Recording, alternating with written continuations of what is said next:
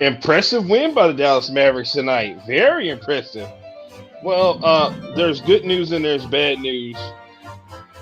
I'll tell you what the good news is. Mavericks win tonight. It's very impressive.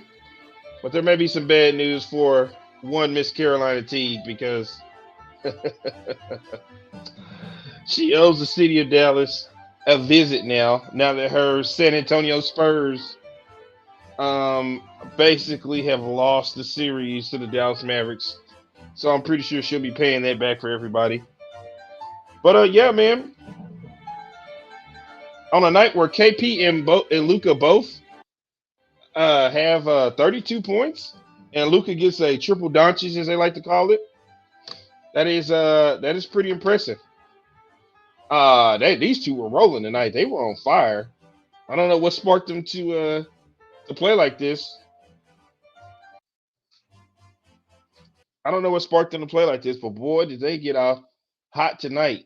Luka with some step back jack moments. Step back jack was in the AT&T Center. 1 second here. Let me change the channel here. Luka with some step back jack moments. Man, this is an impressive win, but you know there's gonna be the haters, the cynics, and the doubters that say, well, they beat the Spurs, but they haven't beat a good team yet. And you listen, as I keep saying to people, you beat who they put in front of you. Yep, here we go. I know what people will say. It's another win over a crappy team, but we're seeing improvements since the beginning of the season. Right, a lot of this team could be really, really, really bad, really, really, really bad given the roster. But you know, they've switched some things up. I see KP playing the 5 more. I I see them. Coach Kidd is on the last post game show. We saw him talking about wanting to get Luka off the ball and post him up more. I saw a lot more of that tonight. So you know there are some things that they're trying out there and seeing what's working. But yeah, this was a good win for the Mavericks. There was a lot of unity out there on the court tonight. And actually, when Luka passed the ball to his guys tonight, they actually knocked down the shots, which is really, really good, which is what you want. Which is what you want to happen. Even when they were down 18-20 against Chicago, they didn't give up. That is very true. They did not give up. They kept fighting. That is very, very true. It's a good point by you, John Brown. But let's get over here to these. Coach Kidd is starting to realize that he should play KP. Yeah, and I said this a couple weeks ago. I said, with the players they have, the only way this is going to work is if KP needs to switch to the 5. That's really the only way this is going to work. Just because of the roster they have.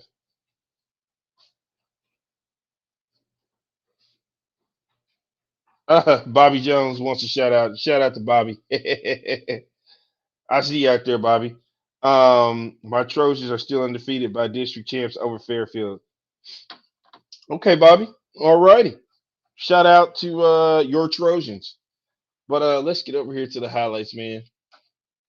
Because these are definitely highlights tonight.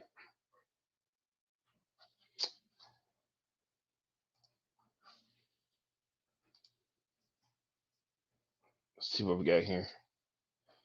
Yeah, I mean they got out on them early tonight. They got out on the Spurs early tonight. Willie Cauley Stein looked more interested in tonight as well. He and Frank providing defense on the bench could be formidable.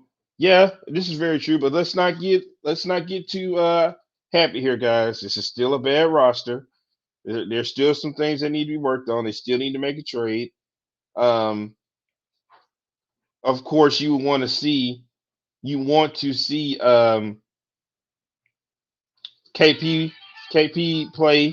play more games, but tonight he was just on fire, and you hope that continues out here on the court because Just like tonight, you need them, and we finally got to see the Luka and KP combination that everybody's been waiting to see tonight between these two.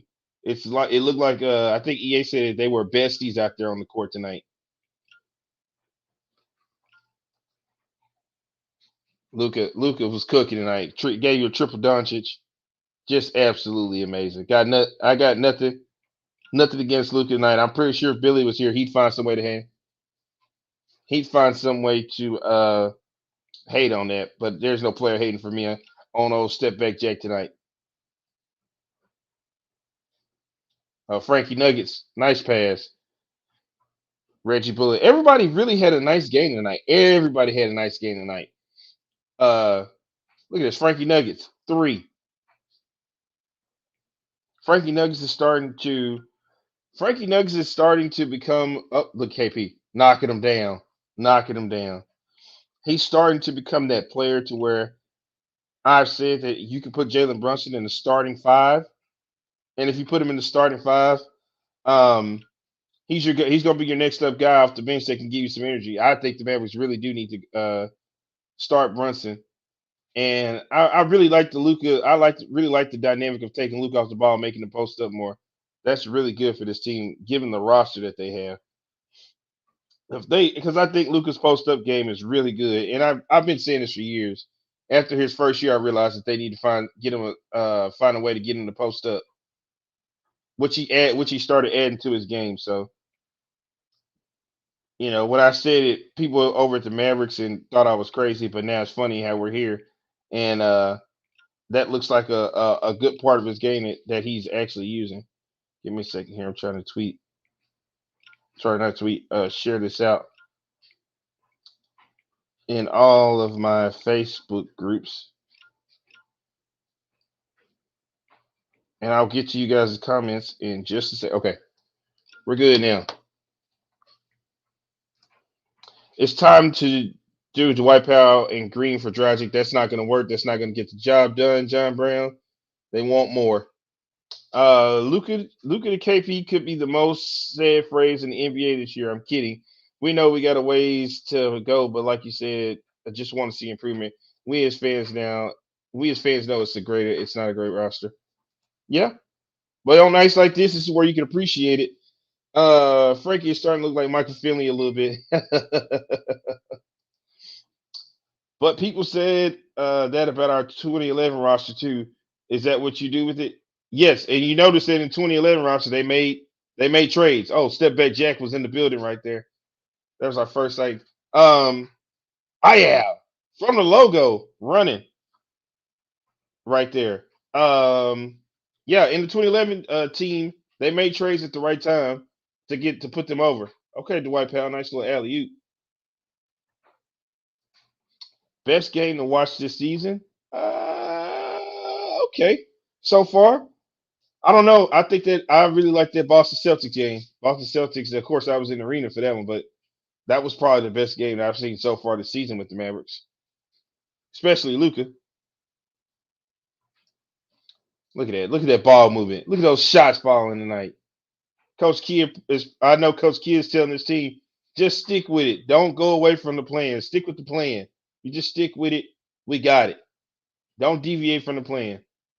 Everything will work itself out. Pass the ball.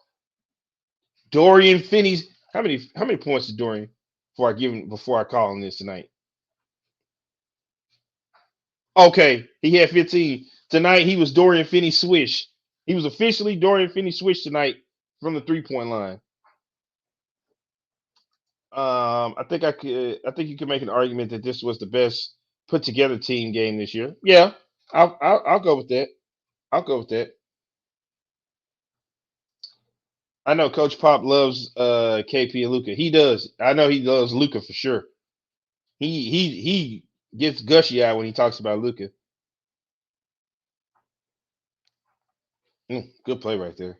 Wasn't a whole lot from the Spurs tonight at all. Put that back. Luka.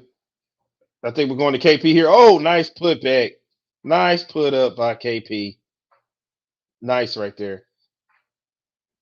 Yeah, Spurs knocked down shots, but it just wasn't happening tonight. Don't forget that stealing dunk that Finney. Hey, hey, money out the anus. It's Dorian Finney Swish tonight. He earned his nickname, Finney Swish. We don't call him Finney Smith tonight. When he's playing bad, we call him Doo Doo Finney Smith. But tonight he's Dorian Finney Swish because he actually played good. Then he gave us 15 points. Uh oh. How you want it on the island? You too small for me, son. You too small, Frankie Nuggets. Nice pass. 3 in your face. Yeah, there you go. Put some respect on his name now. He earned it. He's Dorian Finney Smith. I'm sorry, Dorian Finney Swish. Oh, step back Jack is in the. Oh, step back Jack showed up twice. I actually showed up 3 times tonight, I think, because he hits another one after that. And the Spurs knocked down a couple shots. It's just not enough. It's just not enough. The man, KP and Luka was cooking tonight. Both of them had 32 points. Luka with a triple Doncic and 32 points.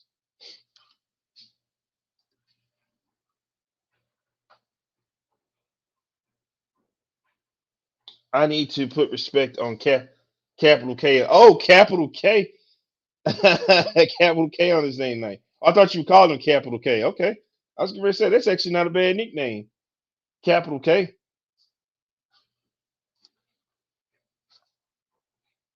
I actually could go with that. I actually like that nickname. If that's what we want to go. Capital K. That'd be pretty dope. Billy likes to call him Big Stops Porzingis. But capital K works. If that's what you were going with. Let me see if they got these interviews up ready to go already. Man, Spurs game day. That's the other night, boy. They had these interviews out fast. I guess they was ready to get back to Dallas. Oh,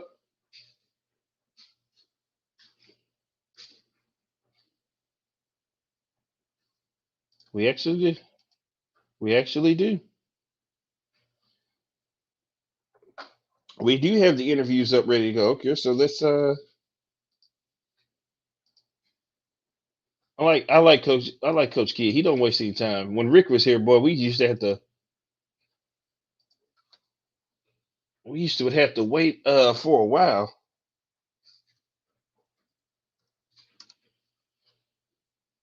All right. While I'm getting this up, I do want to remind everybody that's tuning in right now to go subscribe to our YouTube channel. And if you're in the 817, if you're in Tarrant County, join me this Sunday at Berry Best Barbecue in North Richland Hills, where we're going to be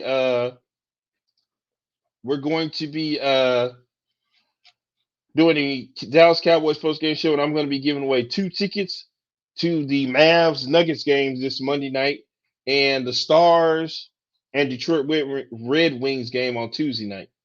Nothing but unlimited access to the AAC is what we're doing. Is what we're doing here. Okay.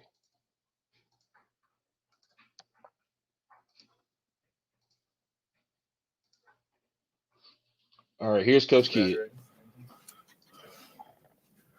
Yeah, Jason, you think we saw a little bit of a good glimpse of the potential of when Luka and KP have it going at the same time? Yeah, well, it's early in the season, so I would guess I would say yes. I thought those two. We started off by getting those guys in the post right off the bat and playing inside, which kind of I think set the tone for the last 2 days of talking about the paint and being able to score in the paint. We know we can shoot threes, and so those guys I thought had a great carryover, not just KP and Luka, but the whole team. We were attacking the rim. We had some good looks that we normally would make. We missed, but I thought the talk and energy from the start, from jump ball, was really, really high for us. And was part of the plan also, there was stretches when Porzingis was the only big, and you were surrounding him, with shooters, and that obviously worked out. Yeah, we had him out there as the only big. Dorian's not small, and Luka's not small. So, if you were to ask, if the Lakers put out AD and LeBron, are they small? They're both about the same. So, but I guess, yes, we had the only big out there was KP.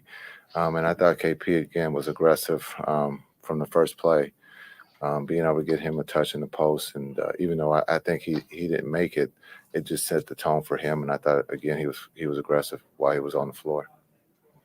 You said you can make shots, but still, when a guy hasn't been making them as like he would like to, how good is it to see the ball go down like it did for Luka tonight? Yeah, it's a long season. If we're going to be judged on one game in the first 10, then that's not fair, right? And so, but Luka is a true pro. Came in and worked last night, worked on his on shooting. Basically, the whole team did when we landed. So it just shows that these guys care. They understand that they're not making shots. They're continuing to keep working when they could rest, and so that's a positive. That just shows how much they care about their job and what they're not doing when a game is being played. So tonight, everybody felt like they got good looks and they knocked them down. I don't know if you've addressed this already, but just the way y'all were able to take care of the ball, only one turnover first half. Spurs are pretty aggressive. It seemed like y'all did a nice job sort of maintaining the ball. Yeah, we talked about game 2 here. We had, I think, 19 turnovers, and so we had to make sure that was one of the things. You look, they're top 5 in defense, and so we knew they're aggressive. They're going to use their length. They're going to get out in passing lane. So we felt we had to take care of the ball, and we did that tonight in that first half, and also in the second half. Everybody touched the ball. Everybody shared the ball. It was a great game to watch. But just to see those guys execute tonight, when you talk about Luka and KP, and then I have to say Willie was great for us tonight off the bench. Someone who didn't score, but affected the game defensively for us at a high rate. And that's not going to be on ESPN. But what he did for us when he was in there was big tonight. You glad to not have to see these guys for a while? Well, yeah, I think we don't see them until the end of the season. That's just the way the schedule goes. It's just, we play them 3 times within, 14 days or something like that, which is kind of odd. But you got to play the games that are scheduled, and now we move on, turn the page, and get ready for Denver. Okay, we'll go to Zoom. Kevin Gray. Kevin Gray 105, big fan. Jason, I know it's only been 12 games, but tonight felt like the most complete win of the 8 wins so far this season. Did you feel that way on both ends, the way that you guys executed offensively, but also the way that you guys played defensively tonight? Yeah, I think this is one of our better games. I think, one, because the ball was going in the basket. But I think just everyone was touching it. Again, just the way we started, I thought the energy of our bench was big tonight. Everybody was into the game, and that's something that we talked about as a team. We felt like our energy was low and we weren't supporting one another. And so I thought they did a great job for 48 minutes. We probably would like to end the game a little bit better if we're going to be picky. But it's hard to win in this building. We all know that. And to be able to do that twice, it just shows the character of this team. All right, one more. Ian. Yeah, Jason, you guys had 30 assists tonight. What about the ball movement was different from previous games? And do you feel like this is turning a corner when it comes to getting everyone involved within the offense on every possession? Yeah, I think sometimes, one of our strengths is shooting the ball, and sometimes we can, rely on that. But I thought the way we started the game inside, going to KP and LD right off the bat, I thought set the tone. And also that's going to give us opportunities for those two to play make. Again, LD ends up with a triple-double, but also I think KP made great decisions in the post tonight too. And so it's something that we can look at doing a little bit more. But I thought, again, everybody was unselfish tonight, and we went from good to great on our shots.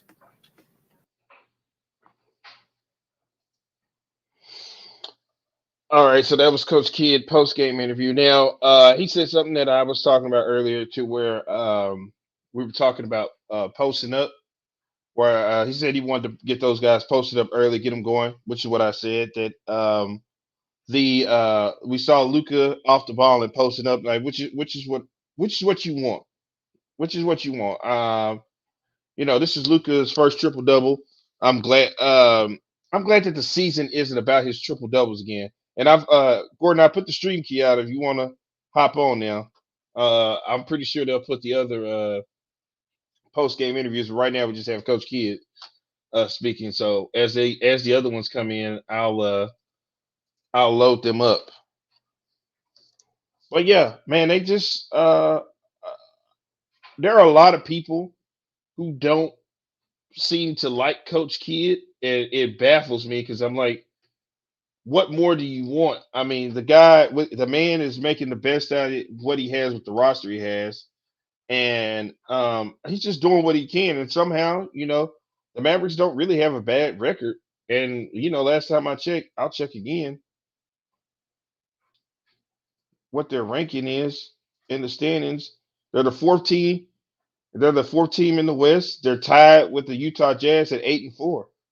I mean, for as sloppy as they play sometimes, or as bad as they look, they are still they're still in the running, I should say.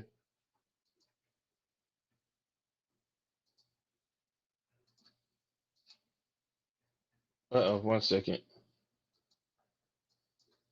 Okay. I thought somebody was trying to join in. I kept getting a sound, but don't worry about it. Yeah. Again, the stream key is up. Anybody wants to join in? I know Gordon was looking to join in and talk about this game tonight. 1 second, I'm letting you know I'm here for you. I agree about the triple doubles and Luka. We knew he could score at will, but I'm interested in him develop.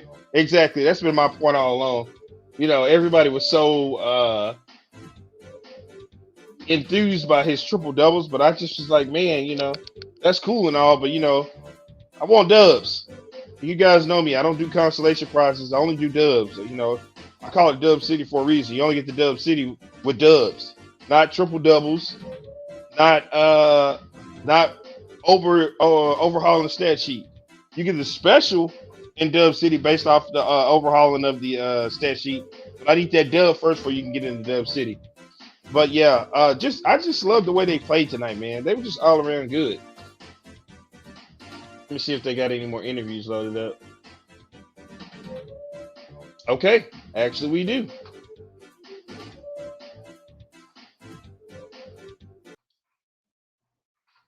We actually do have another interview. We actually looks like we have Kristaps Porzingis.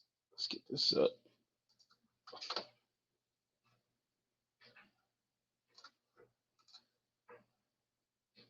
Now, why did they put KP post on it, but it's got Dorian Finney Smith? Okay, Mavericks, I see what you're doing. You made a mistake. Okay, so it looks like this is Dorian Finney Swish on this post game, but they labeled it KP. Whatever. Not gonna fight with him. Here we go. Here's Dorian Finney Swish. Yeah, Dorian, you were just talking a couple days ago about your shot. You said it was going to come, but Come on. really what stood out was your all-around game. How do you think maybe those two things fed into each other? Your shot was dropping. 1 second, Gordon. When you take your mind off the shooting, it kind of take the pressure away. You know what I'm saying? I just want to go out there, play with a lot of energy, and shoot the ball with confidence and worry about that last. Just try to get everybody, be an energy giver because against the Bulls, it felt like we was a little flat, and I think that's one of the things I bring to the team is energy. So I feel like I took that upon myself because that's what I do. I bring a lot of energy, and this KP and Luka played amazing, and we just had a good win tonight. You had the 3 early games this year against San Antonio, Dodo, and this one obviously was the best performance of the 3. What did you like about what you guys did collectively as a team tonight compared to the other 2 games that were closer? You won them, but that you played against San Antonio? Just the ball movement. I would say everybody was touching it. We had 30 assists. It's hard to beat us when we got 30 assists and 5 turnovers. Luka had 15 assists. We was on the offensive glass. Again, that just showed how much energy we was playing with. I felt like the bench was in it too. What you coming out in the third quarter and hold them to 20 points? How much of an emphasis was that defensive effort in that quarter, particularly? Just going off, trying to learn from our losses, and last game, we got punched in the mouth third quarter. So this game, we wanted to come out and learn from our mistakes and come out there and hit them in the face first. Okay, we'll go to Zoom. Kevin Gray. Dorian, when you are shooting the ball well from the 3-point line, what does it say about the importance of you being able to consistently shoot the ball from three that allows this team to really take off and flourish offensively? Just because they got to help off somebody. We got everybody that can shoot, and when they double team Luka, they're gonna fully rotate, and they're gonna have to leave somebody open. It's usually me, so I just got to shoot the ball with confidence, and I got something to go in tonight. But again, we ain't been shooting good as a team, but it's coming. We've been guarding though. All right. Anything else?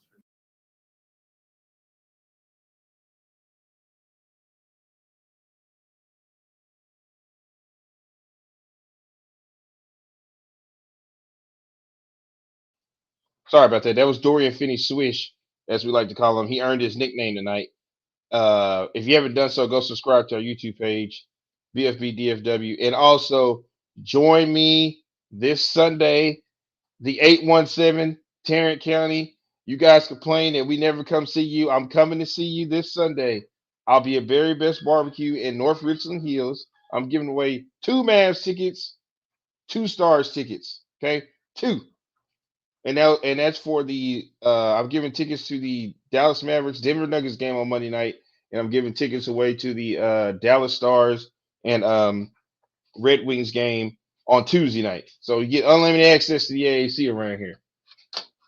Before I go, Gordon, I'm ready for you to hop on if you are. I saw you down there. Okay. That's it for right now. Again, not just Gordon, anybody else. The stream key is up. If anybody wants to join the broadcast and talk Mavs with me right now, the Mavs win 123-109.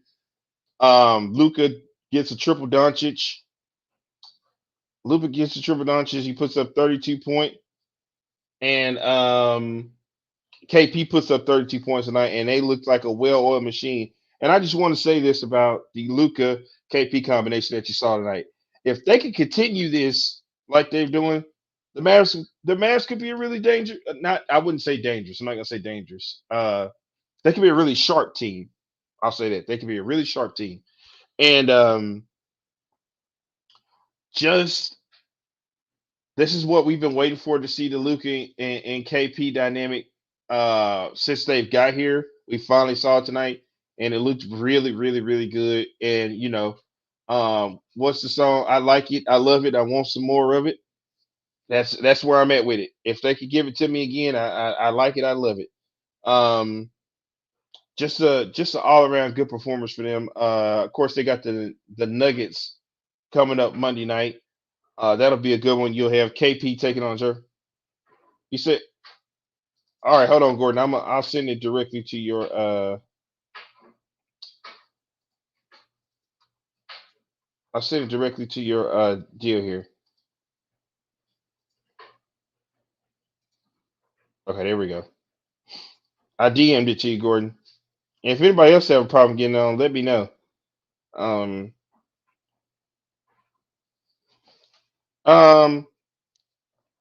What was I saying before? Gordon so rudely interrupted me. No, I'm just kidding. Love Gordon. He's up in when he's at the game, he's up in section 320. I'm sorry, 420 because they don't have a he's up at 320 because they don't have a 420 section. But yeah, back to Luke and KP. This is the dynamic we've been wanting to see. They got on the roll tonight. I just can't keep harping on it enough. And like Dorian Finney Swish said, just so far this season, their shots haven't been falling, but tonight the shots fell, which is also what Coach Kid's been echoing. We get a lot of good looks, they just aren't falling. And like you said, you're starting to see it come around now.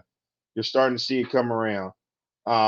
Like you said, Dorian Finney Smith said, when the ball comes his way, he's got to knock those shots down. He knows it. We know it. But hey, if I was at the game, I would be in the section 5. That's pretty good. But yeah, like you said, they got a knock down shot. Jalen Brunson, the Brunson burner, is that burner's hot. That burner's hot, and it's cooking. The thing is with Brunson, you just can't get too overly excited about it because, yes. I want to make sure is it Janae Rowe? Yes, Janae Rowe. The starting five can't go. But you know what, Janae? I want Jalen Brunson in the starting lineup because I want Luka off the ball more. I like Coach Kidd said in his interview when he was on the post-up dynamic. I've been telling you for years, once Luka learns how to post up, it's a wrap. And I think they need to use that to the advantage. Coach Kidd talked about it last game that he wants to post Luka up more. And I think now's the time. You say we got to keep him. Gordon, I'll give you a scenario where you can keep him. If you keep him and you pay him, he has to start. Okay. And if that's the case, then Tim has to go back to the bench because that makes your lineup too small with those two on the court. At this point, it just makes it too small. But then again, no, it still makes it too small because you're gonna put Dorian Finney Smith at the 4, and you're gonna start KP at the 5. And that's another thing. KP needs to play the 5 the rest of the season. No more of the 4 stuff. I get it. We want to try to rebuild KP. Put him at the 5. It worked tonight, and it's going to work in general. Just keep him up there. Uh-oh. Wait a minute. We got a surprise visit here. I didn't know it was getting ready to happen tonight. But the Kendrick is here. What's up, man? What's up, Walt? Man, you know what? I'm celebrating a duo victory tonight between KP and Luka tonight. Went to work. Oh, hey man, they did what they supposed to do. I want to see that Monday night. That'll raise my eyebrow, but they did what they do this season. They did what they supposed to do. I'm happy to see KP have a breakout game. That was good for him. In his little post game interview on Bally's, he had a little smile, a little jip to what he was talking about. Hey man, just keep being active.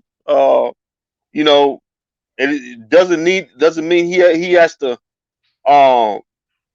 go and try to force anything. Just I like this activity tonight. As far as following Luka, cutting to the basket. Calling for the ball even when he wasn't getting it, going back out and repost and call for it again. So a good night for KP. Luka did Luka things. He had his triple Doncic. Yeah, he had his triple double.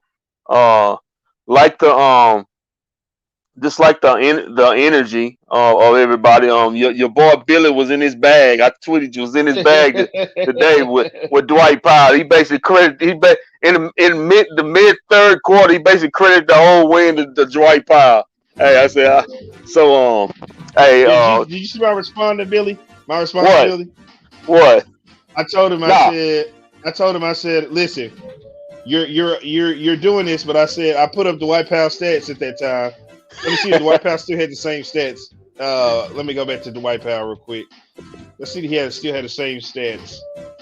I said Dwight Powell gave you 16 minutes, 4 rebounds, 2 assists, and 6 points. While Eubanks gave you 12 points, 8 rebounds, and 3 assists. Where's what energy? And I said, not to mention the energy that you say he's bringing. He's not in the game right now. playing the 5 right, and he's not playing the 5 right now. Yeah. What is he bringing? I don't know. Billy basically credited the whole game to Dwight Powell. I guess when he was on the sideline clapping hard as he could, I guess that was the energy or something.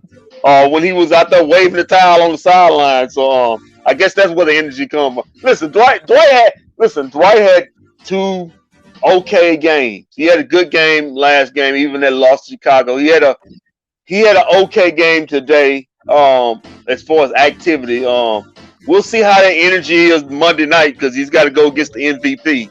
So we see if he and Billy gonna be seeing that energy with Dwight Powell Monday night. But I don't know, man. No, like I said, Billy was in his bag today. Billy was in his bag. As long as we don't hit him as long as we don't cheap shot Joker, we're all right. We'll have Oh well, we know that we know that's not gonna happen. Not with Dwight Powell. He may if it was something to happen, he'll be the first to go over there and run and pick Joker up and brush him off and say, "Oh, I'm sorry, man. I didn't know what happened." So hey, the Morris twins and Dwight Powell, they get that's two different brain wavelengths. So on that one, so you don't have to worry about that. He says, money at the end and says, I think KP at the 5 should be where he stays going forward. Me too. I think even Monday's game, KP at the 5 could draw Jokic out of the paint more, which would hopefully open the paint up more. Oh, okay. Yeah. So I want to talk to you about this. Jalen Brunson, I want him in the starting 5 for a couple reasons. Main reason, take Luka off the ball and let Luka post up more. That's pretty much the main reason why I want to do it. Because you saw it a lot tonight. Mm-hmm. And Coach Kidd said in his post-game interview, we wanted to do that and get them going early. Yeah. Luka and KP in the post. Yeah. I just think KP at the 5 is better for the team than him at the 4. Yeah. Yeah. Because the lineup when they had Jalen Brunson, Tim Hardaway, Luka, Dorian Finney, Swish tonight. We're gonna give him his name. Finney Swish. Okay. And KP.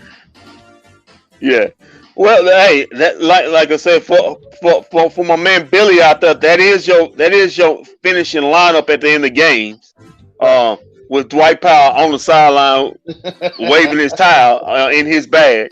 But yeah, I don't have a problem with that. Especially seeing the resurgence of Frank Ntilikina. He looks like he could. And I'm glad you said that because the way Frankie Nuggets is playing, that can suffice letting Jalen Brunson start. Yeah, because really, to tell you the truth, when the substitution patterns, you don't have. It's not like you substituting 5-on-5. You're gonna.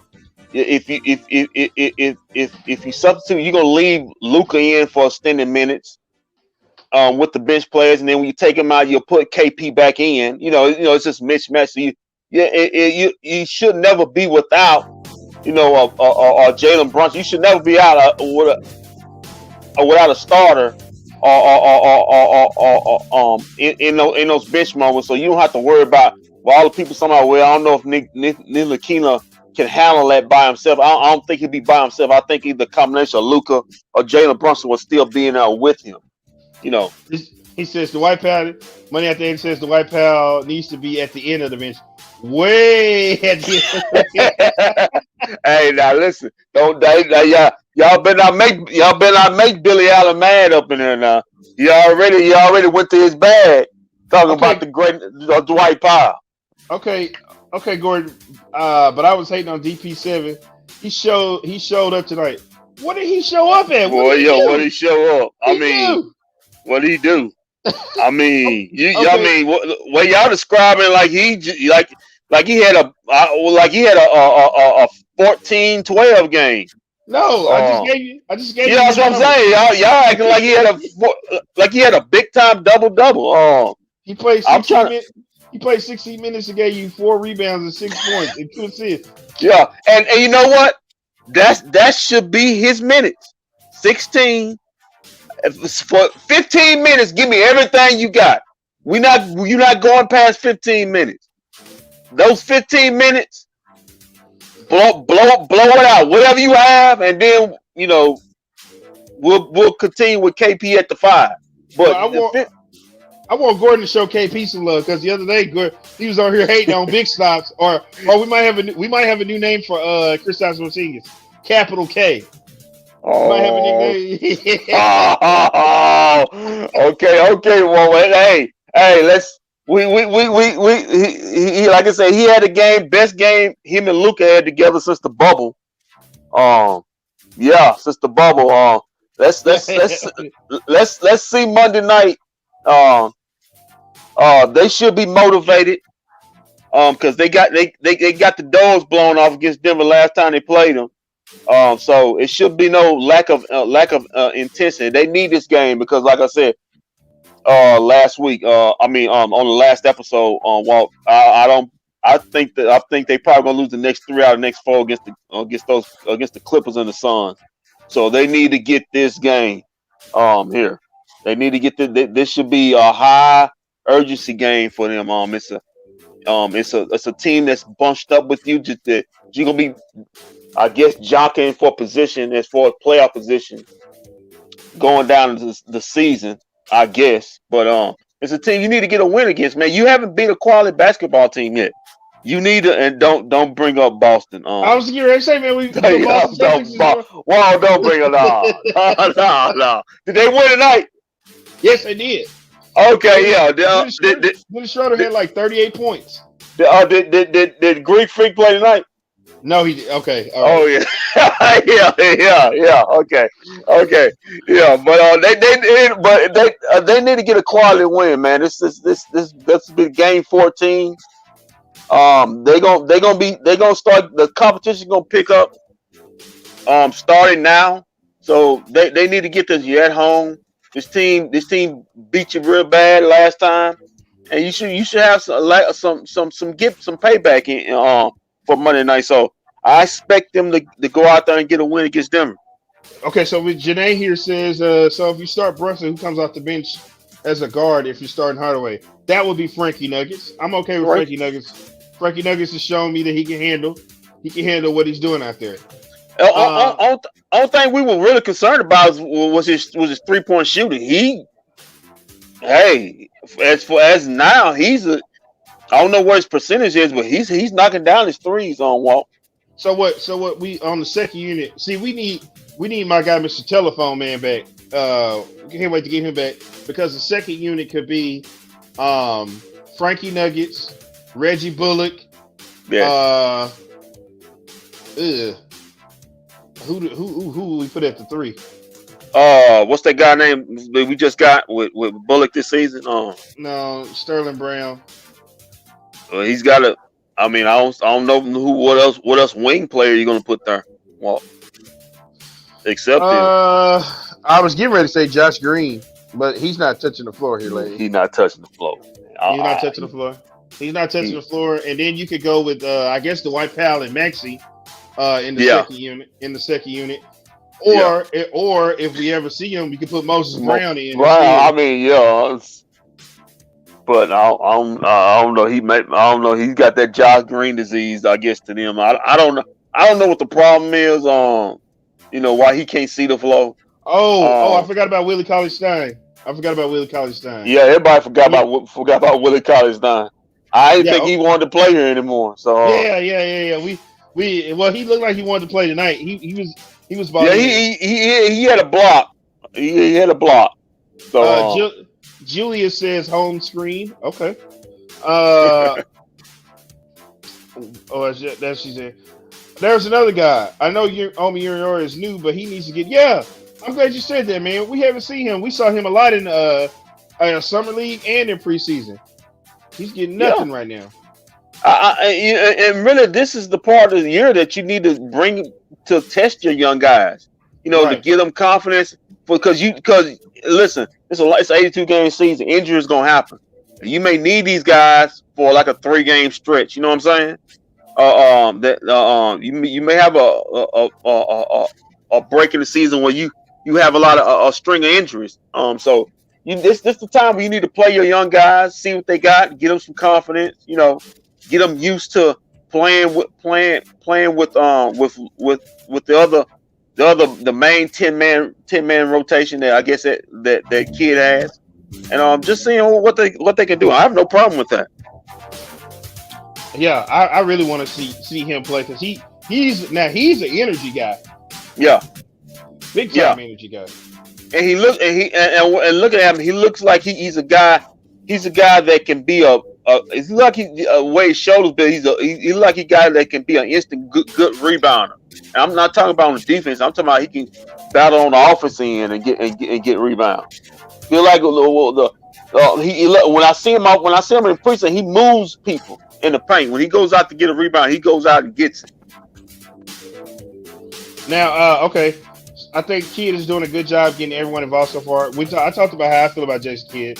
There are a lot of people out here, which is weird. A lot of people hate on Jason Kidd and it's like they don't like what he's doing. And I'm like, dude, what's he supposed to do? Look at the roster he's got.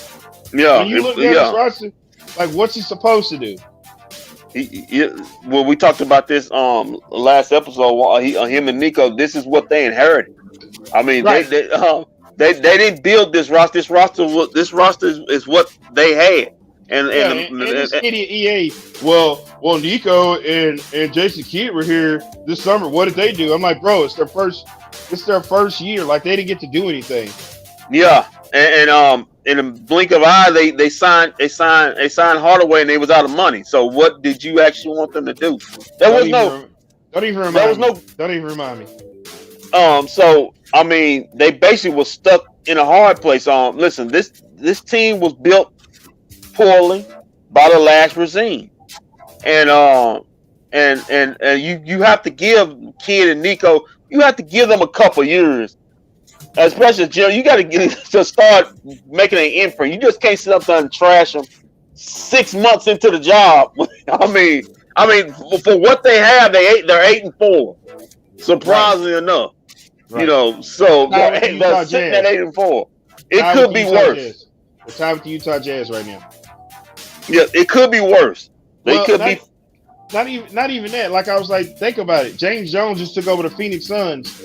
And look how long. Look, it took him a year or two to get some of the stuff out and bring in the new stuff they got. They hired Monty Williams. They got rid of bad contracts. They built through the draft. They made trades and they went through free agency.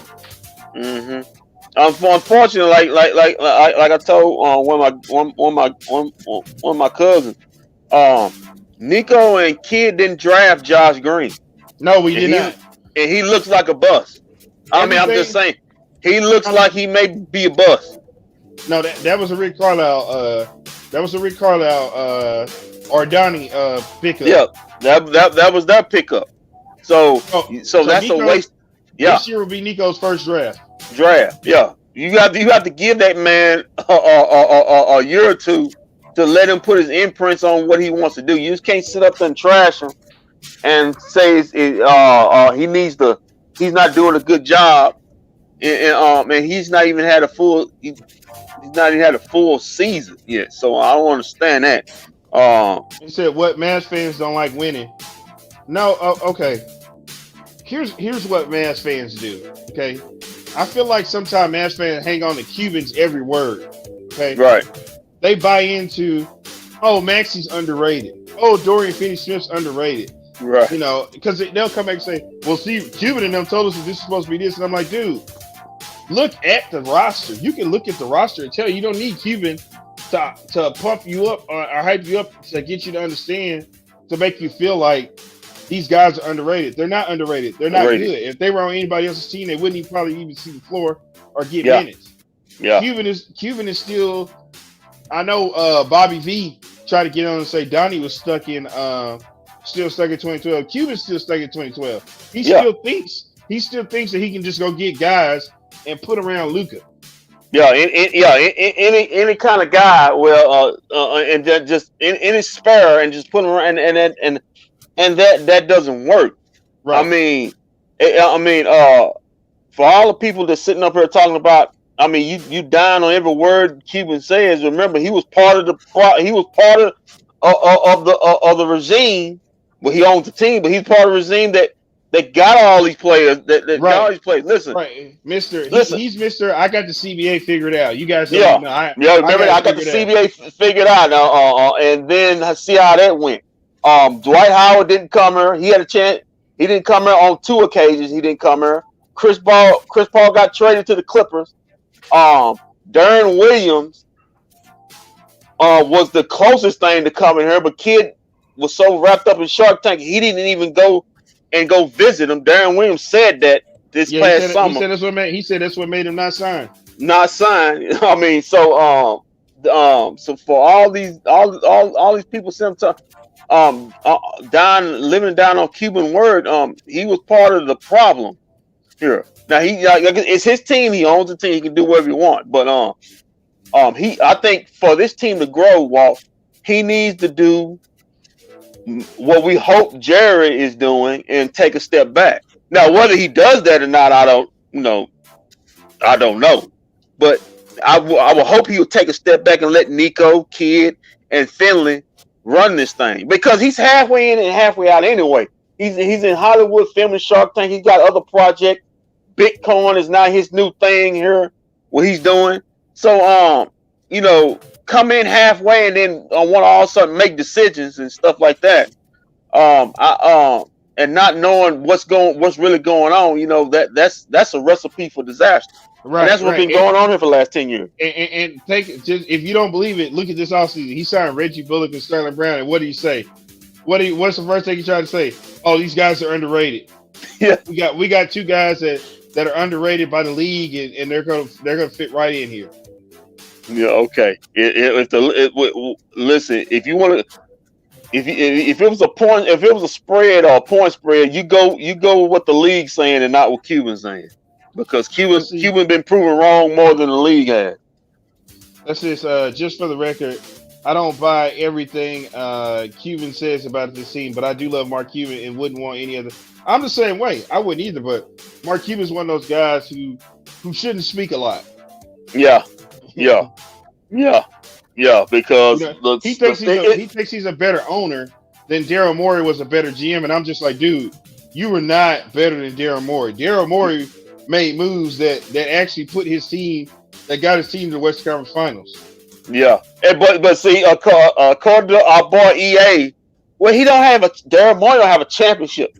That's not what we're saying here. Daryl Morey built those teams in Houston. He made trades after trades. He went out he went out and did what Cuban hoped to do.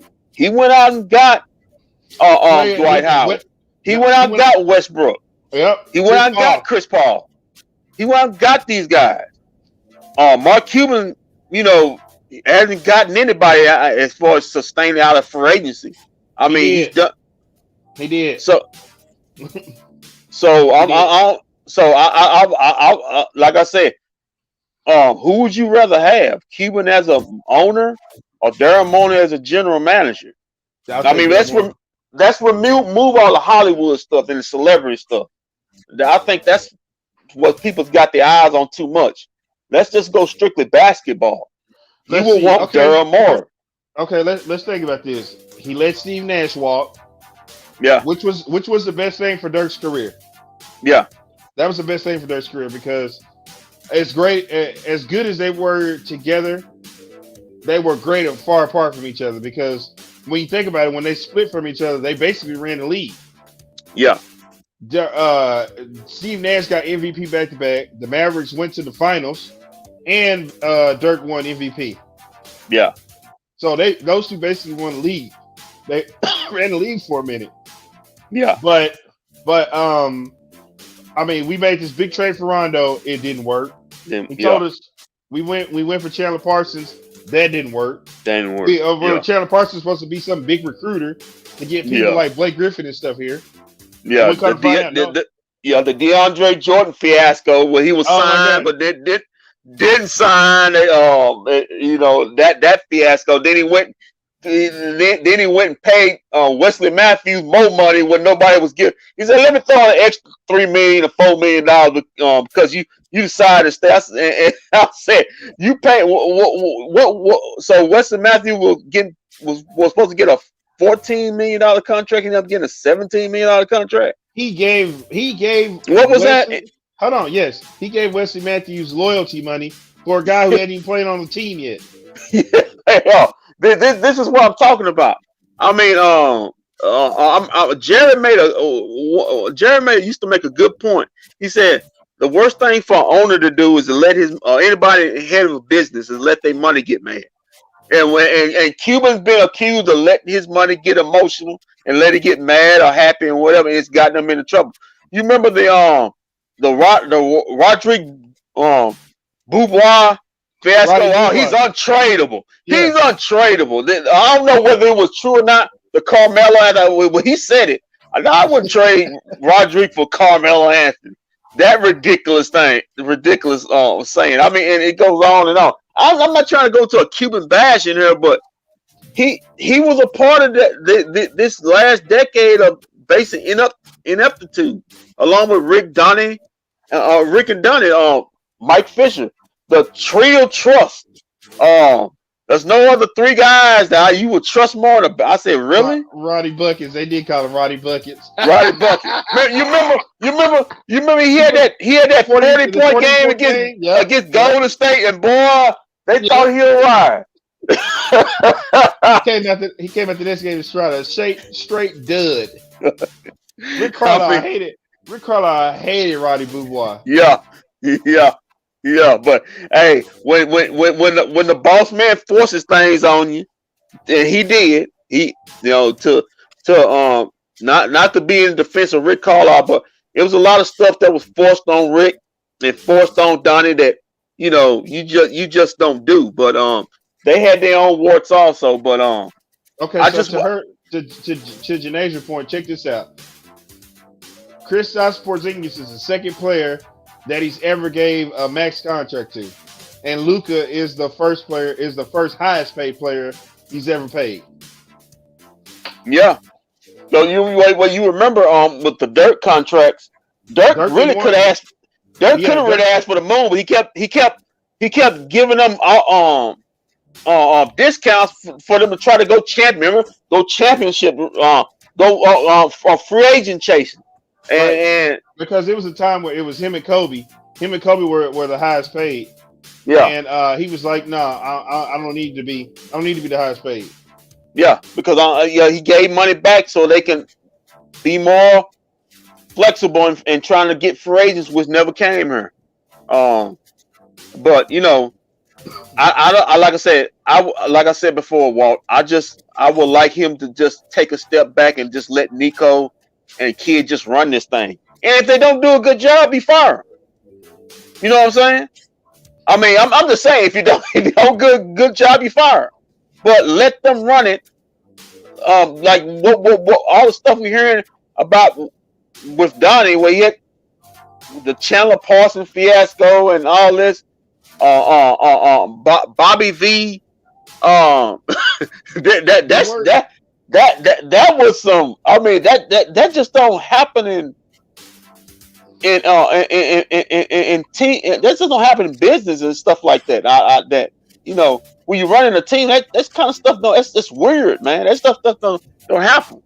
And so Listen. There was another thing that really irked me. Okay, that Cuban did. I don't know if it was Cuban or Donnie. The Rondo trade. Yeah. The Mavericks actually had a good team before they made their Rondo trade. Right. Yeah. And he got hurt, and the whole thing just first off, Rondo got hurt, and he got in Monte Ellis there. If you remember, he got Monte. I think I'm gonna have Chris Arnold on to tell that story one night. I'm gonna get Chris Arnold on to tell that story one night. Mm-hmm. And then him and Carlisle, they were at it tooth and nail. They almost had a fight on the sideline.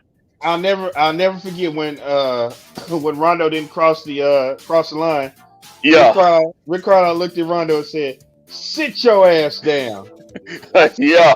Oh wow. Okay. This is the one I keep getting on EA about. Okay, this was the worst part of that trade. This was the worst part. Yeah. Jay Crowder, yeah. Jay Crowder. Jay They Crowder. gave up Jay Crowder. They gave up Jay Crowder, and the next year Jay Crowder was a freaking all-star. Yeah. Listen, the thing is, Walt, when you have to make sure you're sure on every trade you do, because you're giving stuff away. You ain't getting stuff. You're giving just as much as you're getting, Walt. So when you make trades, you do trades. You got to make sure you hit on those things. You got to be sure about the guys you're getting. You got to be sure about the guys that you're shipping out. You got to be sure about the assets you're getting. You got to be sure about the assets you're giving out, because as we seen with the Rondo deal and we seen with the KP deal, man, these trades can set you back, Walt. They can set you back 5 or 6 years. Especially when you keep giving up draft picks. Draft picks, yeah. Speaking of draft picks, Dennis Smith Jr. Mm-hmm. Okay. Now I get it. Some people. Now, I find it funny because the year Dennis Smith Jr. was here, the first year, everybody loved Dennis Smith Jr. Dennis Smith Jr. won a couple games. He was in the dunk contest. And it was like, when's the last time we had a Maverick player in a dunk contest? And then Luka came and they forgot all, and they were like, forget him. But when they made the trade, I said, I don't think they should have gave up on Dennis Smith Jr. yet, because Dennis Smith Jr. is actually the player that you need on side of Luka, because he's the guy that's going to go to the basket and get you 2. He's the guy that's going to push the tempo 1, and he's the guy that's going to attack the basket, while Luka can continue to be back there and be step back jack. Yeah. But I wouldn't have, and I was hoping. I said when they made that deal, if you wanted to do that deal, it was a way that you could not involve him in it. But they were, that bridge had burnt. He got tired of the situation here. I guess he wanted out of here, and he didn't want out here. Rick Carlisle didn't want him here anymore because him and Rick Carlisle were starting to go at it. And there were a couple times where he was supposed to pass the ball to Luka, and he didn't pass the ball to Luka on certain plays. Yeah. I think it was a Trailblazers game. I think it was a Trailblazers game. Luka was open, and instead of passing to Luka, he took the shot, and I think they lost the game. Yeah. Well, it's like this, Walt. That's the one thing that I do blame Carlisle on. As far listen, Carlisle's got he's a great X's and O's coach, but sometimes X's and O's, especially to get today's NBA, ain't all of it. You have to be a people person. You have to be a manager, and and Carlisle's weaknesses, which got him probably on the outs here too, because him and Luka got into, is that you have to be able to manage people as a coaching team. And he wasn't, and he didn't want to do that. As far as I'm concerned, he wanted to be his way, what he wanted to do, and that's all. And that may work. Right, Jason. That's what it was. It was a 3-pointer. I think he hit like the backboard or whatever. And they were like, I don't know. After that, it just went downhill. It went downhill. Yeah. But like I said, Rick, Rick Carlisle. Carlisle's unwilling to manage people.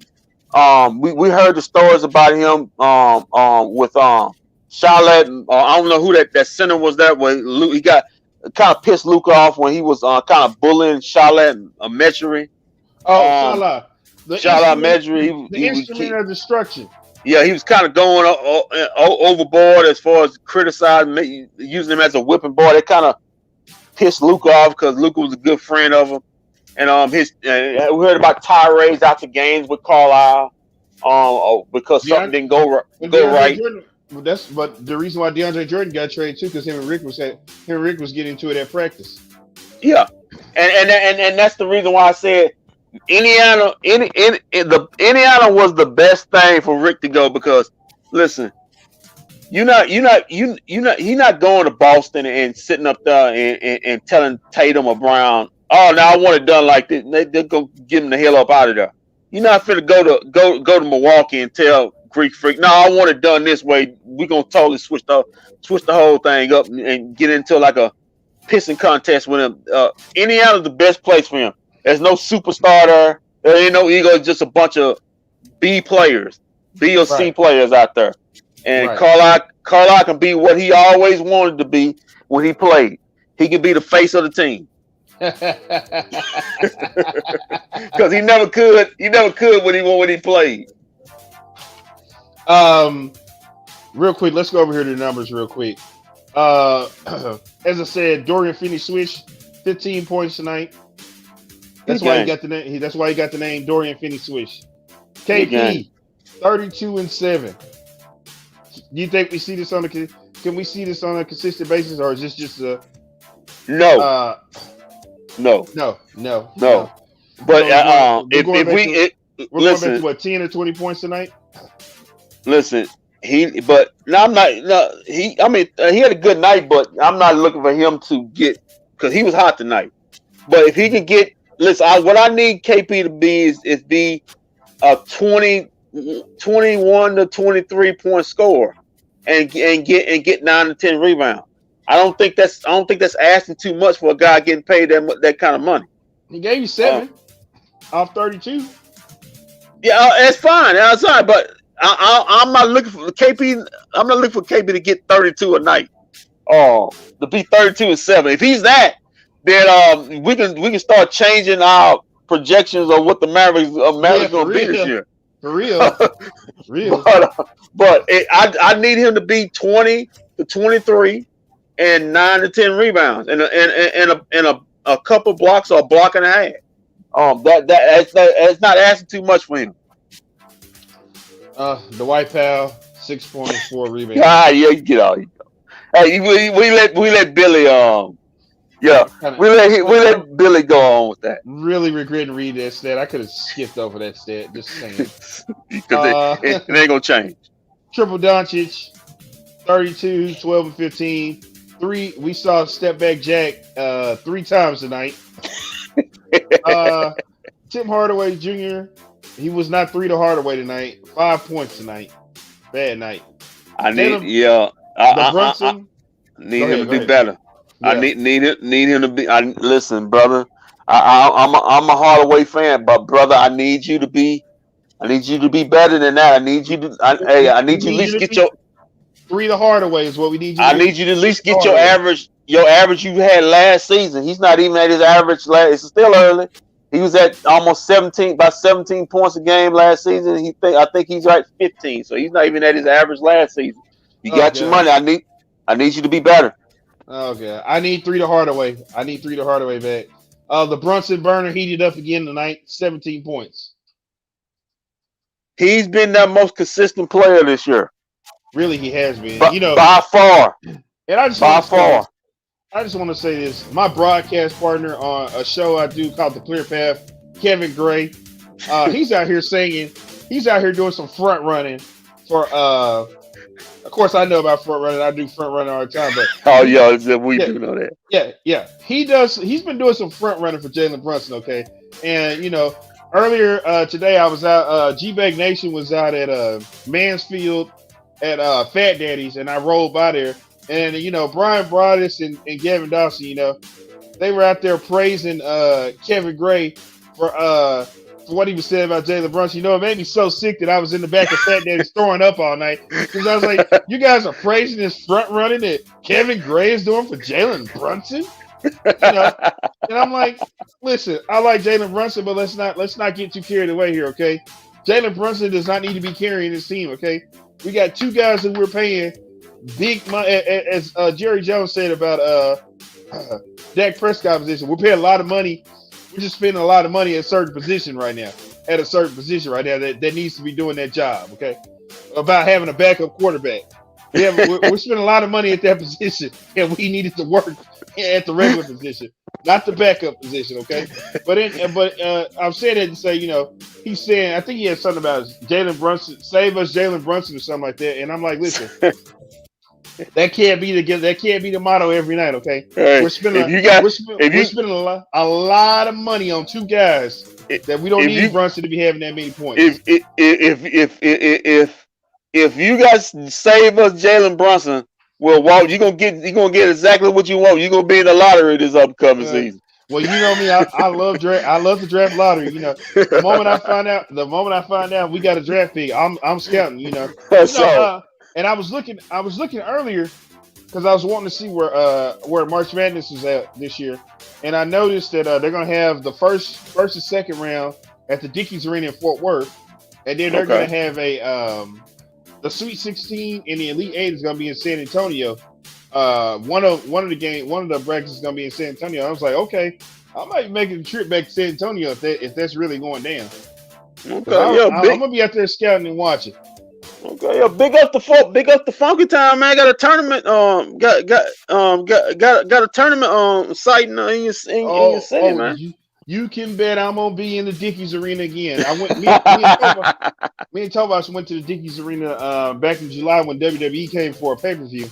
So I got a good look at the Dickies Arena. The Dickies Arena is the AAC without the third level on it.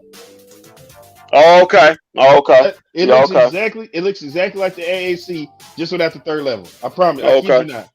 Okay, I haven't been. I've never been there, but I had a couple people I know had been there. So it was a good experience for them. It was a good experience. When they had a good time there.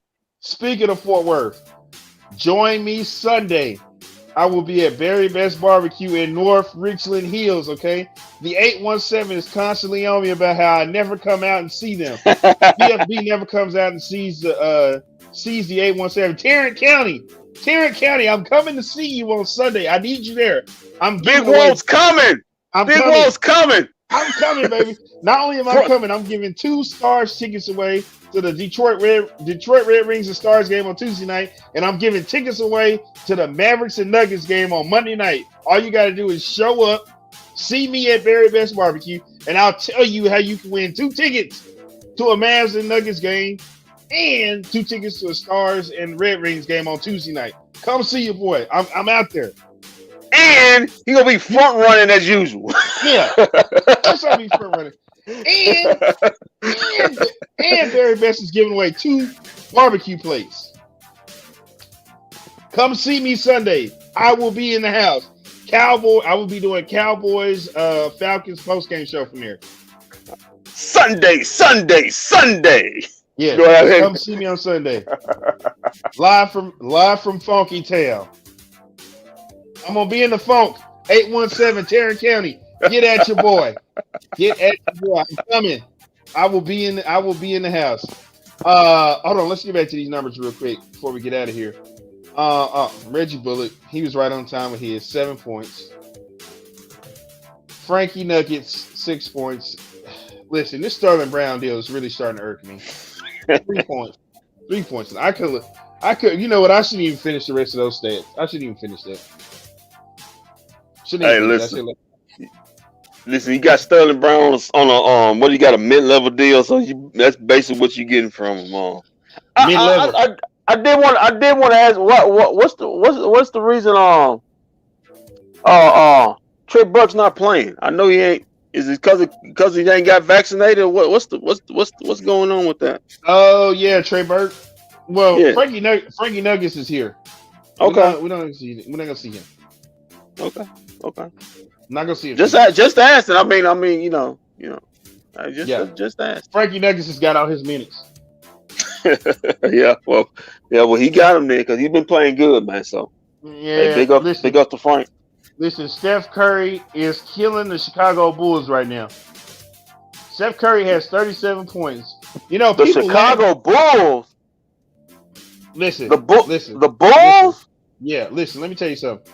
People laughed at me and said I was crazy when I said the Golden State Warriors are going back to the finals this year. Okay, they're gonna drop play at the right time, and this thing is gonna be over with.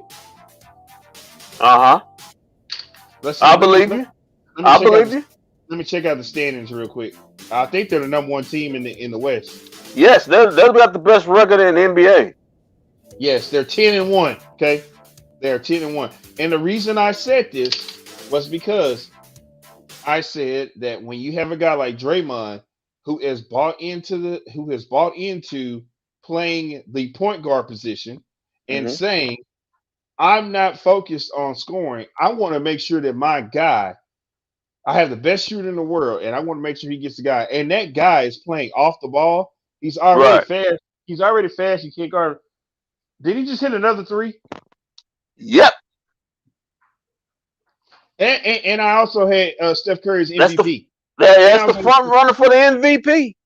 Oh, don't worry. I had him down as MVP. I had him and Dame Lillard down for MVP this season. He doing his thing.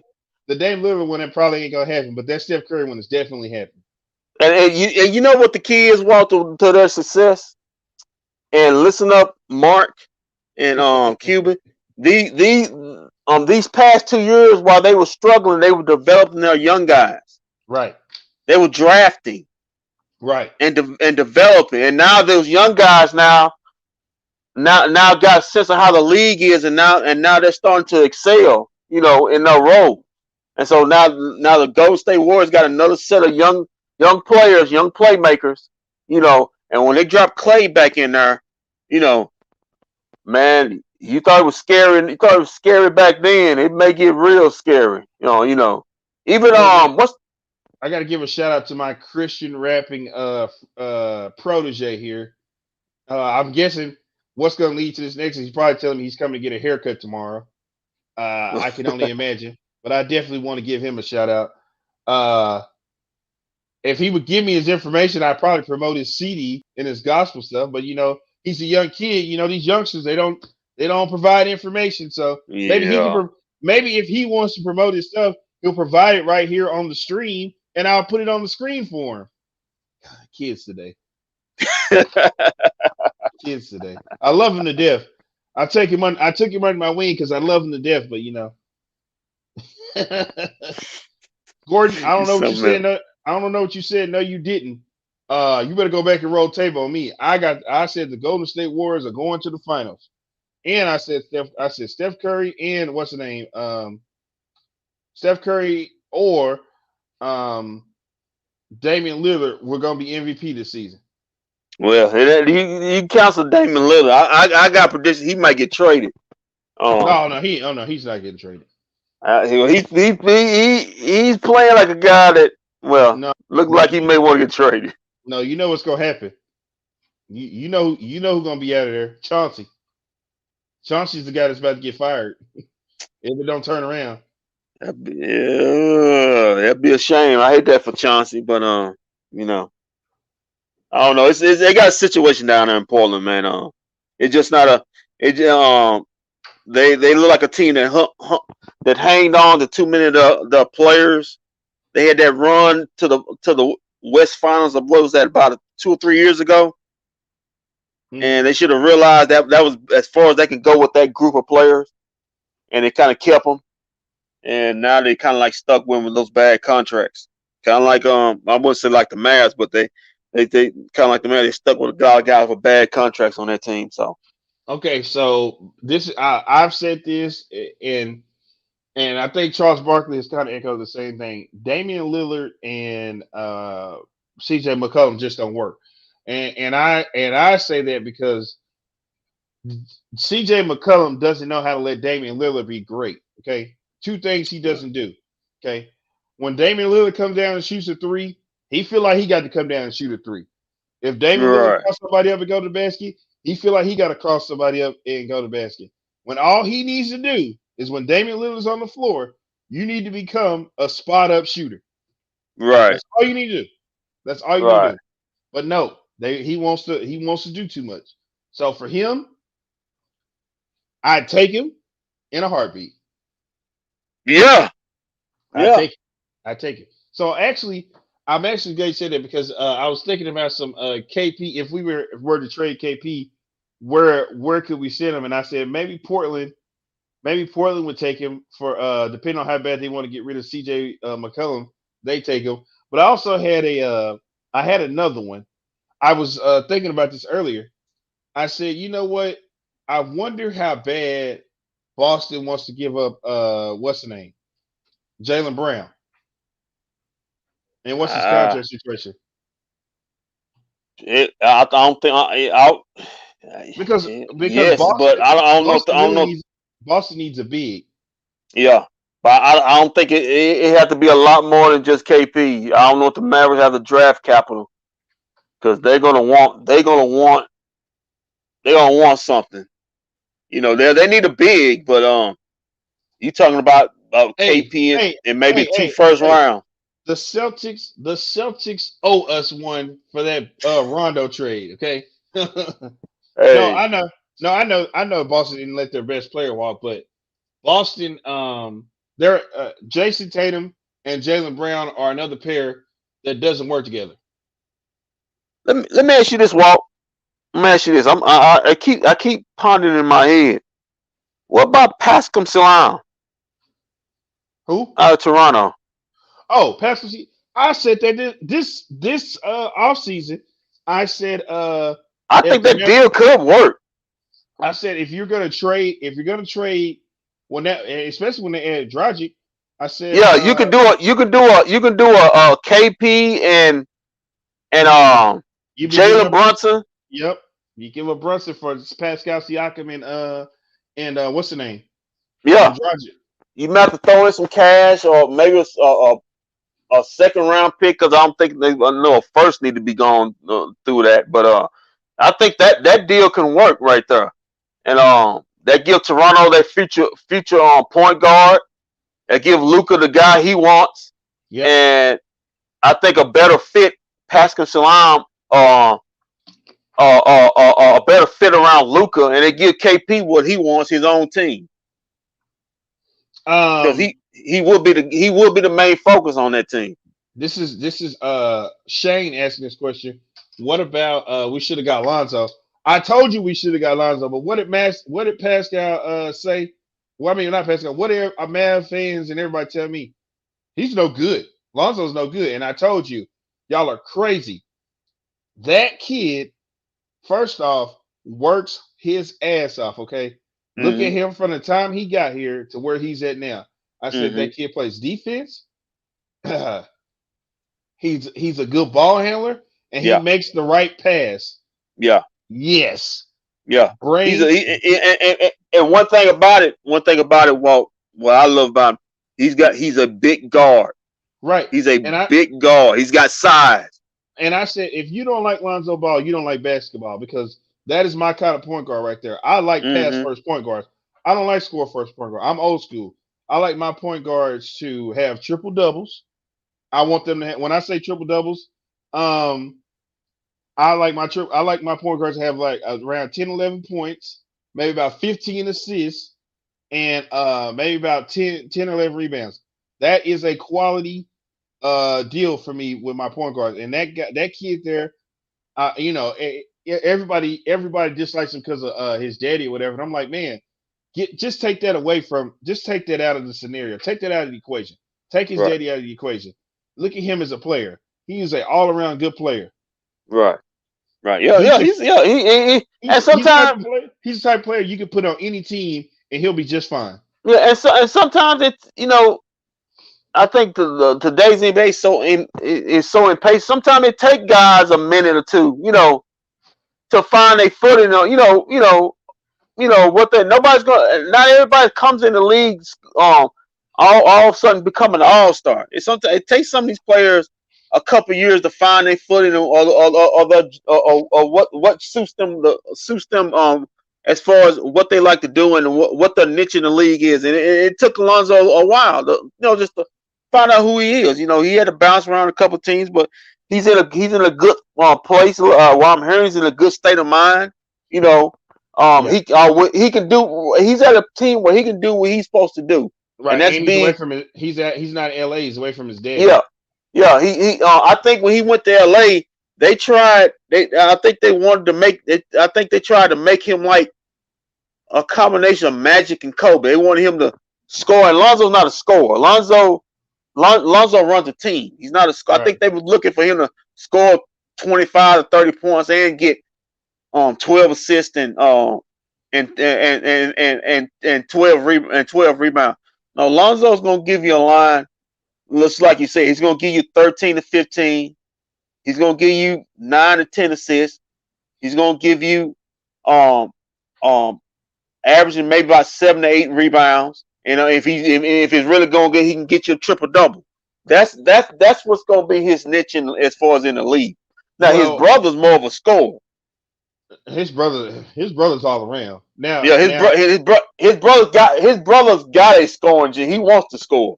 Now, So now, and now here's the thing, though. You know, I met Lonzo the year before they closed down for the pandemic, and I had a conversation with him, and I just told him, man, I was like, listen, man, I don't care what anybody say, man. You can play on my team any day, bro. You are a good baller. Me and him had a real good conversation with each other, right, and he's very like quiet and like yeah, he's reserved. into himself, like like he was receptive of everything. Like he was like, "Thank you, appreciate that," and everything. Like he's just a good humble guy. Yeah, He's a good yeah. humble kid. Like he wasn't cocky or big head or anything like that. Like he's a real humble kid. I got a lot of respect for Lonzo. It's like I said, I think when he was drafted, I don't think his mentality fits that market. I think Chicago's a good market for him. You know, it's a big market, but it's not like Showtime. I think his brother could fit LA real good because his brother's got that attitude, cocky, flashy. He wants you to see him. Mellow. So his brother's got that, but I think Chicago, that's a good fit for him. So I'm glad to see him to have success. He took an L tonight, but Golden State giving L's like that to everybody so far. So oh yeah, his stat line ain't too good. He was like 5-3-3 tonight. Oh yeah. He had his big time scoring moment against us. Let's just say this. His hands were a little bit full tonight. Yeah, you chasing Curry. Yeah, I don't think his. Now wait a minute here. He says, well, Shane says Siakam doesn't fit this team. Dragic is washed. Now Dragic is washed. Pascal Siakam does fit this team. Yes, that's a player who does fit this team. I disagree with that. He's a combo 3-4 who's a great ball handler. I don't know, and can shoot. I don't know if y'all watch because I got NBA League Pass. I don't know who that guy is. If you watch a lot of Toronto basketball, but that dude is very skilled. He was an what was that last year? Wasn't he an all-star? Ain't he a 2-time all-star? Yeah, I think so. Yeah, I think it's a 2-time all-star. If you remember that run when they won a championship, they don't win that championship without him. I know Kawhi got all the accolades and all this, because Kawhi, but without him, they don't win a championship. That's how good he was in that playoff run. What's this? I think GS is Draymond.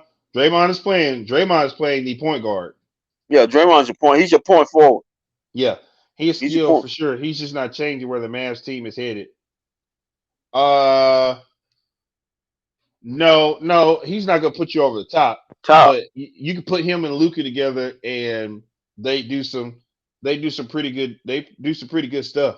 He'll get you closer than what you is now. I'm not like I said, he ain't putting you over the top, but he'll get you closer to. Listen, all y'all sleeping on Pascal Siakam. That dude, listen, he's a better ball player than KP. I hate to say that to you. He is a better ball player than KP. He's a better ball player than KP. You know the one player who I hate the Mavs gave up before we end this real quick, that I hate they gave up, and I feel like if he was here today, this team would be right where it needs to be. Fucking Harrison Barnes. Yeah. Barnes.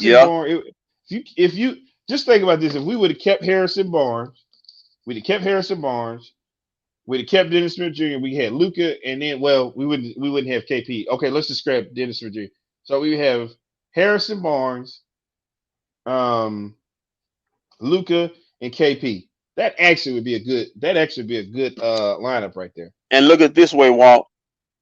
you still have all your assets, Yes. whether you can draft or try to make another deal. You know, that's what hurts. You gave up all your assets for KP, and like I said, I'm not trying to clown on KP. Had a good game today, but Yeah, but I take Siakam in a heartbeat. consistency is what makes you great. Yeah. That any player can have a good game once every 2 weeks or every 3 or 4 games. You want to be great, that's got to be night in, night out. Like I say, who knows what they could have did? You may could have been in on the on a trade with I don't know, maybe an Anthony Davis deal or something like that. I don't know. Maybe you could have. I guess we're on a different level on this Mavs team. Siakam is way better than KP, but this team is going to struggle to make the play. Yeah. I have the Mavs at a 40 to 45 wins. That's it. But this one here, money at the end is Harrison Barnes off the bench. He was okay as a starter, but I think he starts on my team. Yeah, he starts. Dorian Finney Swish goes to the bench. Yeah, and listen, the problem with Harrison Barnes when he was here is they tried to make him a number one. He's not a number one. But once again, Mark Cuban came out. Well, we're going to run everything through here. Harrison's our guy. He's the guy we're going to run everything through. No, he's not. I think that was after he had that buzzer beater game. Okay, that's what it was. Yeah, Harrison's our guy. That's who we're going to go through. That's who we're running things through now. And I'm like, oh. But before we end this, Walt, I remember hearing on 105.3 today. People discuss it does is Mark Cuban is he that bad of a evaluator of talent? Yes. Mark Cuban is a very bad type of evaluator talent. He still thinks that you could just put guys around a superstar and win a championship. For a guy, for a guy to get in on a press conference and say, or on the radio and say, Dorian Finney Smith and Maxi Kleber is underrated. These guys are underrated. You guys just don't understand how underrated they are. That's a problem. That's a problem. They ain't underrated. They're just average to below average basketball players. I mean, there's no way you can justify and talk championship aspirations when you have Dwight Powell and Dorian Finney Smith starting in your starting five. Right. You ain't going nowhere with that. You're not going anywhere with that. I mean, you just not.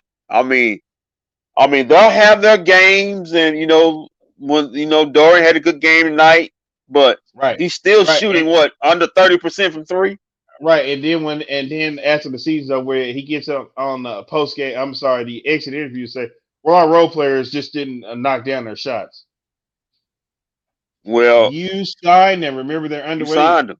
Yeah, you signed them. But but like I said, like I said last episode, Walt, he'll probably give Dorian a 60 to $70 million contract, when nobody else would probably give him 30 or 20. Bro. Dwight Powell is getting 3, 4, 11. Yeah. Yeah. And nobody would give him that money. Nobody else in the league would give him that money. He'll be on the mid-level deal. And you give him, I mean, it's like we said about the Wesley Matthews thing. I mean, you just freelancing with your money, man. I mean, it's your money. You do what you want with it, but Lee. No, I'm sorry. I correct you. He's getting paid $11 million a year. He's getting 3 for 33. Yeah, that's why he's starting. Yeah, that's the only, because I listen. I'm pondering this through my head. Well, this got to be a Cuban thing. Listen, kid knows basketball. He knows who can play, who can't. This got to be Wait a coming minute. down Hold from on. kids. Hold on. Wait. Hold on. Oh, wait a minute. Y'all, Dwight Powell, he said Dorian Finney Smith killed. Dorian, yeah, he killed us right after goddamn playoffs, missing all them damn shots. The hell? Yeah. Yeah. Who was that? Jason? Yeah, no. Those the players that Mark Cuban was talking about, our role players did not down shots. He was referring to Dorian Finney Smith when he said it. Yeah. When he said Yeah, he just didn't come out and say it. He was talking about Dorian Finney Smith. Yeah, because Dorian was garbage. He was garbage in the playoff. He wasn't guard. He wasn't guard. He was getting. Listen. Woo. Okay. Kawhi was tearing his ass up. Let's put this in perspective, Walt. Let's go back to the playoffs. Not only was he wasn't hitting shots. Okay, fine. Okay, he was claimed here by Mark Cuban and Maverick Brass to be, up on the top on the Maverick broadcast team to be their defensive stopper. Can we go back and look what was the point per game average for Kawhi and Paul George? Because he was guarding both of them guys. And boy. both of them guys was in the 30s in that series. Paul George tore his ass up too, boy. Tore his behind up. So not only was he not shooting, he wasn't even doing the job that he's supposed to be claimed that he's supposed to be a stopper. So for whoever said that, bro, do you know basketball? We did. We totally different. We 1000% disagree on that. I love Dorian Finney Swish. I love me some Dorian Finney Swish. Don't get me wrong, but he shot us. He shot us about the playoffs. yeah, he was bad. And then they kept trying to switch Maxey. They kept going between Maxey and Dorian Finney Smith. It wasn't working. And because remember, Maxey was the Kawhi stopper. Kawhi stopper. Kawhi said, okay. Kawhi said, okay. Yeah. Come here real quick. Mr. Telephone Man. Come here real quick, Mr. Telephone Man. Let me dial you up real quick. Hang this 30 and this 20 point I'm finna put on you. Oh yeah, listen, I think Kawhi, what was Kawhi averaging? I think Luka had the highest average in the series, but Kawhi was like a point behind him, and Paul George was a point behind him. So it was like if Luka maybe, I think Luka maybe was averaging like 36, well Kawhi was averaging 35, and Paul George was averaging 34. So I'm just saying, and then you got KP. That was, we don't. Well, hey, Mark Cuban addressed that. Okay, just stand in the corner. KP did what he was asked to do. Okay, just stand in the corner. Yeah, KP. He was told to do that. Came from Cuban's mouth. He did what we asked him to do, guys. And you guys are being very unfair to KP with the criticism. Now the criticism should come to you then. If that's what you asking a guy you paying that much money to go stand in the corner, then Well, we found out that was Bobby V. Yeah. Yeah. Christ, yeah. Jesus Christ. All right, so we're gonna end this. Did the Mavs win today? Well, we're talking like doom and gloom. The Mavericks win tonight? Yeah, man, you over here breaking the Mavericks down, man. You stop. You ought to be ashamed of yourself, man. Mavericks up here beating up on the Spurs, and you want to doom and gloom to win. Man. You ought to be ashamed of yourself. Hey, when they play the Spurs again? Here's the thing: they play Monday night. Well, there's good news and there's bad news. Okay, good news is we won. Bad news is for actually Carolina Teague, who because of this loss tonight now has to come visit Dallas as her Spurs lost this series between so now she must come to Dallas on April 21st. I'm sorry, not April 21st, April 10th for the very last game of the season, where the Dallas Mavericks take on the San Antonio Spurs. Okay. So, well, that's it. Have a good experience. Carolina owes the city of Dallas a visit now. I have seen comments by her. She couldn't make it on the show night, but she has reached out and said, "Dang, when I posted, we'll see you on April 10th, Carolina. Yeah, Carolina, you can see you can see what a real city look like. Hey, you can get away. You can get away from that mutated creek water y'all got down there called Riverwalk. Hey, And listen, let them, me tell you something. I got nothing but love for the 210, okay? The 210 showed me major love this summer when I came down there to be on the sports dime over there on 9:30 the answer. yeah, 9:30 a.m. the answer. listen, big up to San Antonio, man. They got the best churros I ever tasted. We didn't go that far. I had the barbecue. That's about as far as we went. We didn't go see the They do got good Riverwalk or churros. anything. We had to get back there. I had to get back down to detail. You know, I Yeah, had to man. get back to where the people Yeah. were uncivilized and didn't want to get vaccinated. I had to get back home. When I got there, he called. Oh my God! Look at this right here, the San Antonio Sewer Walk. Come on, man. Come Hey, on, man. man. Hey, Come on, man. man. They That's got so listen, disrespectful. man. Hey, he telling they got that creek water That's down so there, man. disrespectful. That's so They disrespectful. got that creek water, man. That green creek water down there, man. Be smelling. Got a Man, little smell to it. y'all gonna have the 210 hot. The 210 is not gonna be happy about these comments, man. The Man, we 210. listen. We here at the 214 to 97. We love San Oh, 69, Antonio. the 817, Yeah, 682. we just don't believe that a city should have a big creek wrapped around it. That's all. I can't give up the Show some detail. pride in yourself. Yeah,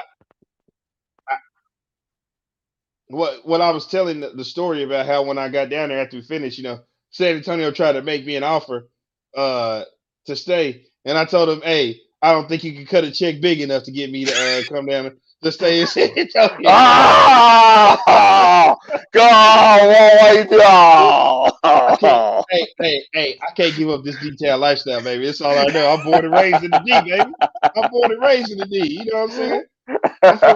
I'm from the hill. I'm from Cedar Hill, baby. I rep it. I rep 972, baby. 972 to the way I die. You know what I'm saying? Oh man. Hey, listen, man. Again, if you didn't hear me, join me Sunday out at Very Best Barbecue. I'm gonna be there for the we're gonna be having Cowboys watch party. Come get you some food, and then I'm gonna be doing Cowboys Falcons post game show, which I'm pretty sure we'll hear from you on that too, on Sunday. And Yep. really, Jason? That's what you're doing. That's what you're doing, Cedar Hill. Okay.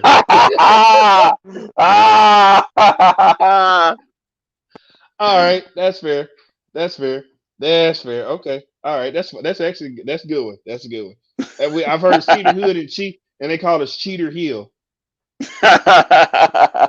But yeah, man, come see me. 817 Tarrant County. If you can hear me, come see me. I'm gonna be in your hood on Sunday. Very Best Barbecue in North Richland Hills. We're gonna be giving away barbecue place. I'm giving away 2 tickets to the Stars game, and I'm giving away 2 tickets to the Mavs and Nuggets game on Monday night. Okay, come see me. I don't want to take these tickets home. I want to give them away at Very Best Barbecue. Come get these tickets. I will be after. Of course, I'll be doing post game from Very Best Barbecue on Sunday, but I will be live from the AAC this coming Monday night because I'll be in the arena for the Mavs and Nuggets game. So I'll be live from the AAC for the next Mavs post game show. But thank you to you, Kendra. Hey, thank you for everybody who tuned in tonight. If you haven't done so already, go subscribe to the YouTube channel. bFb DFW, bFb Cowboys, bFb Man, search it, like it, subscribe, do whatever you got to do. When am I coming out east? Listen, I tell you what. I need to get up there. I need to come see Madison Square Garden, okay?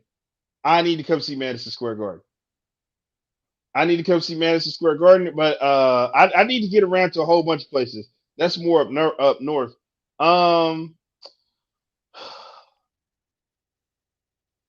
East, I don't know, man. So I'll tell you this, Money.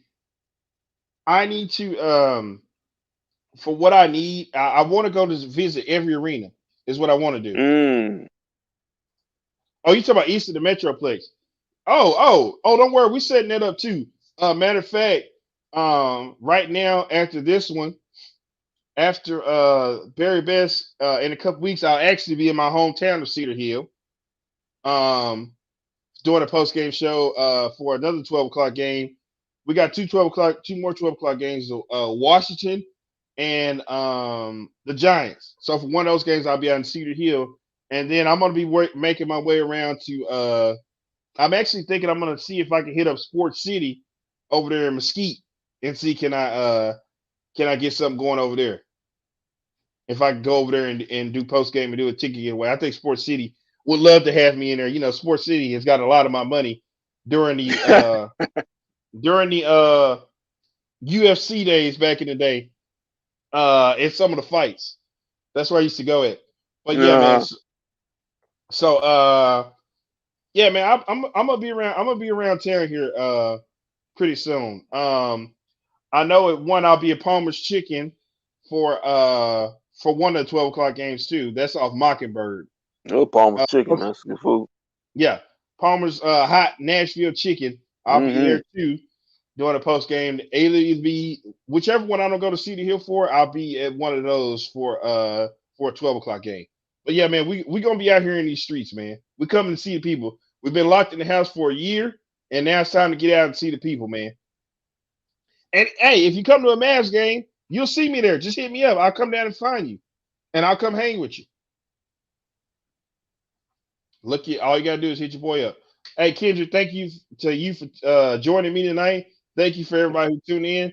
Again, go subscribe to the YouTube channel. Hey, we'll be back. I'll be back Sunday, and we'll be back Monday night. So keep your feet on the ground, keep reaching for the stars. Always do what's best for business. And if we don't see you around, then we'll see you around.